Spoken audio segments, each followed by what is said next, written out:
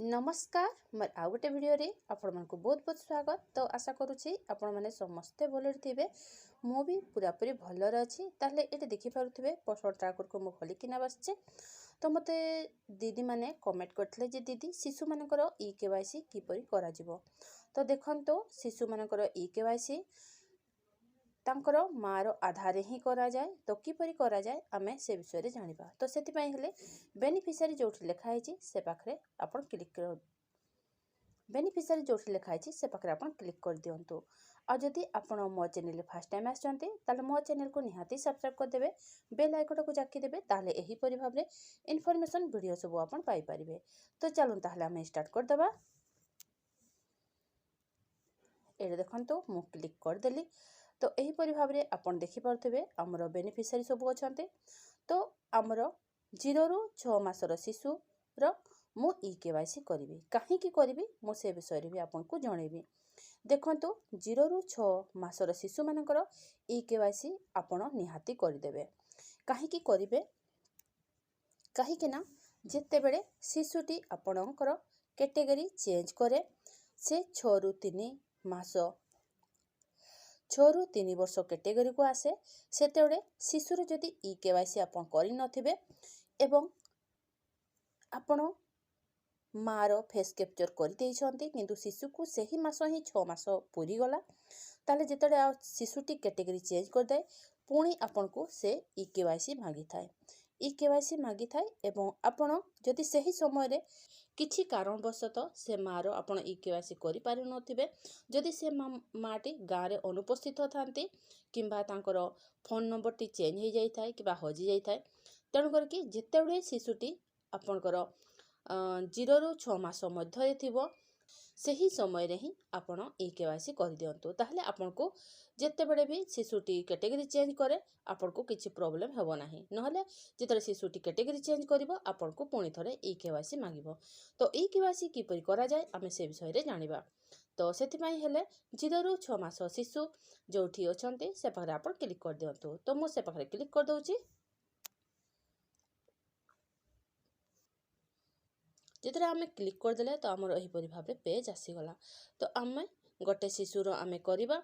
तो सेति पई से शिशुर ई केवाईसी करिबा पई हेले आपण को एही पाखरे आपण को क्लिक करिबा पई पड़िबो। तो से पाखरे आपण क्लिक कर दियंतु। तो मु से पाखरे क्लिक कर दउची। तो देखंतु एही परि एतरे पेज हमर आसी जाए। तो एही पाखरे जोठी लिखा है आपनकर कंप्लीट नाउ ए पाखरे आपण क्लिक कर देबे। से कौन लिखुची e KYC and face capture for the beneficiary are incomplete which are important for enabling THR and hot cook meal distribution. तो कंप्लीट नाउ जेठी लिखा होची आमे से पाखरे क्लिक कर दबा। तो मो से पाखरे क्लिक कर दउची। तो हमर एही परि पेज आसी जाए। तो एही परि पेज आसी जाए। एटा देखंतु तो एथिरे हमको से कौन कहूची से कहूची please complete the e KYC by using following Aadhaar number. तो जो आधार नंबर टी हमरो ए पाखरे थिबो से आधार नंबर रे ही आमे ई केवाईसी करि परिबा। सेति पई ले आपण से आधार नंबर को देखिबे एवं तार 4टी डिजिट जो शो करूथबो आपण जानि परिबे जे एहा कहारो आधार एवं एठी पेरेंट्स रो ना भी थिबो। मु ताहा आपण को देखै पारु नाही। तो Aadhaar card required the person whose e-KYC is being proceed must have their Aadhaar card ready as it is necessary for the e-KYC procedure। तो जेते बड़े e-KYC करिवे ताले आधार कार्ड निहाती जरूरी। बेनिफिशियरी फोन हैंडलिंग तो the beneficiary will receive on OTP on their registered mobile number, keep the beneficiary's phone nearby to complete the verification। तो तांकर फोन नंबर टे भी तांको पाखरे थिबो। से फोन जो फोन जे कि ओटीपी जीवो हमर आधार कार्ड सहित संयोग थिबो से नंबर टे भी तांको पाखरे थिबो। तापरे हमें प्रोसीड एबे करि देबा। तो प्रोसीड पाखरे आपण प्रोसीड कर दियंतु।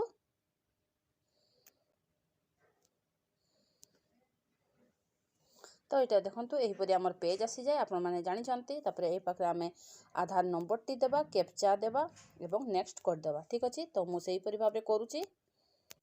तापर आम प्रोसीड करदे तो आमर यहीपरि भाव में पेज आसीज तापर जो मोबाइल नंबर टी आधार सहित संजोग थो से नंबर को ओटीपी जीव तापर ओटीपी आप देदेवे कंटिन्यू करदे। तो एबे हमर हेगला एटा ई केवाईसी कंप्लीटेड सक्सेसफुली। एबे आमे एबे से आमको फेस कैप्चर करबा पई कहउचंती तो हमर कैप्चर फेस जोठी अछि से पकड़े आपण कैप्चर फेस रे क्लिक कर दियंतु। आमे फेस कैप्चर कर देले प्रोसेसिंग इमेज प्लीज वेट लिखा हैला। एबे आमे ताको वेरीफाई कर देबा। एबे जोठी वेरीफाई फोटो लिखा अछि से पकड़े आपण वेरीफाई कर दियंतु। आमर फेस मध्य वेरीफाई हो गला। Face verification successful. Face matched with Aadhaar records you may now continue to access the required services. तो डन तापर डन रे मु डन कर देली। तो देखंतु एबे से शिशुर आमर ई केवाईसी हो गला। तो 0 रु 6 मासर शिशुर मु ई केवाईसी आपनको करके देखैली। आपण एही परि भाबरे समस्त शिशु मानकर ई केवाईसी करि पारिबे। तो ठीक अछि तले रहउची देखाबो मोर नेक्स्ट वीडियो रे।